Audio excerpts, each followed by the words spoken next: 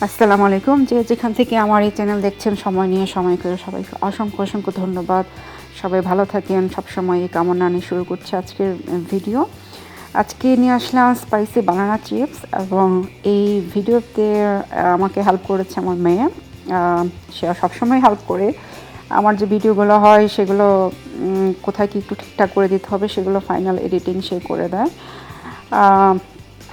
যাই হোক, এই চিপসটা তার খুবই পছন্দ। সব কাজেই সে আসলে নতুন কোনো আইটেম বানালে কিংবা কিছু করলে সে অলওয়েজ আমার হেল্প করে। আর এটা তো এই চিপসটা যেহেতু তার খুব ভীষণ পছন্দ, সে অলওয়েজ আগে থেকেই বলে যে আমি করব, আমাকে ডাক দিবেন যখন করবে। তো এই আপনারা কলা যে কেটে ছুরিতে কেটে পিল করে না হলো সেটা সেই করলো। 2টা কাঁচা কলা নিয়ে নিয়েছি এখানে, আর পারফেক্টলিভাবে পিল হয়ে গেছে। এখন যে স্লাইসার আছে সে স্লাইসার দিয়ে সে এটাকে মানে স্লাইস করে নিচ্ছে। আপনারা চাইলে এটা ছুরি দিয়ে কেটে নিতে পারেন, বটি দিয়ে কেটে নিতে পারেন, যেভাবে এটা সুবিধা। আমার কাছে এই স্লাইসারটা ছিল, আমি এটাই ইউজ করছি, ম্যাডেন স্লাইসার। আর এটা করতে গিয়ে তার আসলে হাতে একটু কেটে গিয়েছে, কখনও কাটা নেই, এবার কেটে গিয়েছে। তো যখন এখন ভালোর দিকে, বেশি ডিপ করে কাটিনি, দোয়া রাখবেন আমার মেয়ের জন্য। তো যাই হোক, ছোট ছোট পারফেক্টলিভাবে আস্তে আস্তে স্লাইস করে নেওয়া হয়ে গিয়েছে। এখানে আমি 2টা মানে কাঁচা কলা নিয়েছি। আপনারা চাইলে এটা কমিয়ে বাইরে নিতে পারেন। এটা হচ্ছে প্রথম যে কলাটা, সেটা একটা হয়ে গেছে, বাকিটা এইভাবে করে নিচ্ছে সে এখন। বানানা চিপসটা আসলে এত বেশি খাওয়া হয় না মনে হয়। পটেটো চিপসটা আমরা যে পছন্দ করে খাই, বাট এটা আপনারা যদি কখনো ট্রাই না করে থাকেন বলবো মাস্ট ট্রাই। এটা আসলে একটা মজাদার চিপস এবং ভালো লাগে খেতে, খারাপ লাগে না খেতে। তো আস্তে আস্তে দেখা যাচ্ছে সে দুটোই করে নিয়েছে এবং পারফেক্টলিভাবে ডান। আমি এর মাঝে তেলটাকে হাই হিটে দিয়ে দিয়েছিলাম। এখন চলে যাব সেই চিপসগুলোকে ভাজার জন্য আর কি। তো তেলটা আমার হাই হিটে রেডি আছে। আমি এখন এগুলোকে ছেড়ে দিচ্ছি এবং সবগুলোকে ভেজে নিব। এবং আমি একসাথে সব দিচ্ছি না, আমার প্যানটা একটু ছোটো, মানে খুব বেশি বড় না। আমি ডিপ ফ্রাই করব, ডুবো তেলে ভাজতেছি।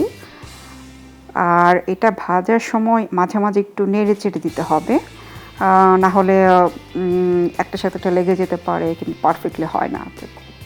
যখন এগুলো পারফেক্টলি হয়ে গেল, আশা করি আপনারা দেখতে পাচ্ছেন কালারটা নাইস এসেছে। এখন আমি এগুলোকে সবগুলোকে আস্তে আস্তে ভেজে নামিয়ে নেব। সেকেন্ড পেজ করার সময় জালটা প্রথমে আমি একটু কমিয়ে দিয়েছিলাম, পরে আবার সেমভাবে হাই হিটে করে ভেজে নিয়েছি। পিছনে ব্যাকগ্রাউন্ডে মিউজিক চলছিল টিভি, সেজন্য আমি সাউন্ড অফ করে দিতে হয়েছে, নাহলে আমি আপনাদের শোনাতে পারতাম ক্রাঞ্চি যে চিপসের আওয়াজটা, সেটা মিস হয়ে গেল, সরি। তো এটা আমি এখন একটা বাটিতে ঢেলে নিলাম। আমার কাছে একটু ম্যাগি টেস্টিং সল্ট ছিল, সেটা দিয়ে দিয়েছি। একটু দিয়ে দিচ্ছি ব্ল্যাক পেপার, আরও দিয়ে দিচ্ছি আমি একটু কায়ান চিলি পাউডার ছিল, সেটা দিয়ে দিব। আপনারা চাইলে রেগুলার যে মরিচ গুঁড়ো সেটাও দিতে পারেন। আর আমাদের বাসায় আসলে যেহেতু স্পাইস খাওয়া হয়, সেজন্যই এই চিলি পাউডারটা ইউজ করা। আপনারা চাইলে এটা স্কিপও করতে পারেন, কোনো প্রবলেম নাই। স্বাদের কোনো তারতম্য আসে না, সব একই রকম আসে, খুব ভালোই টেস্ট আসে। আমি একই সাথে একটু দিয়ে দিয়েছিলাম হালকা একটু সল্ট। আমি ওটা মিক্স করে পরে মনে হলো যে অল্প একটু সল্ট লাগবে, তা সল্টও দিয়ে দিচ্ছি। সবটাই আন্দাজ মতো। কলার উপরে আপনারা যে পরিমাণ কোয়ান্টিটি নেবেন সেই কোয়ান্টিটির উপর নির্ভর করে সেই মশলাটা দিতে হয়, মরিচ গুঁড়ো দিতে হয়, লবণ দিতে হয়। সেজন্য সেগুলোর কোনো স্পেসিফিক মেজারমেন্ট আমি এখানে বললাম না, সবাইটা আমি এখানে আন্দাজ করে দিয়েছি। তো এখন এই আর কি, এই যে সেই কারেন্ট পাউডার যেটা কথা বলেছিলাম, সেটা ফাইনালি ডান করে একটু জাস্ট ভালো করে আমি মিক্স করে নেব। আর যারা আমার চ্যানেল এখনও সাবস্ক্রাইব করেনি বলবো সাবস্ক্রাইব করে নিতে।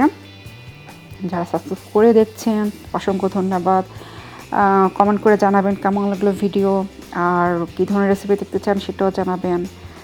সময় নিয়ে এতক্ষণ আমার ভিডিও দেখার জন্য সবাইকে অসংখ্য ধন্যবাদ। সবাই অনেক ভালো থাকেন, আমার জন্য দোয়া রাখবেন, আপনাদের জন্য দোয়া রইল। আল্লাহ হাফেজ।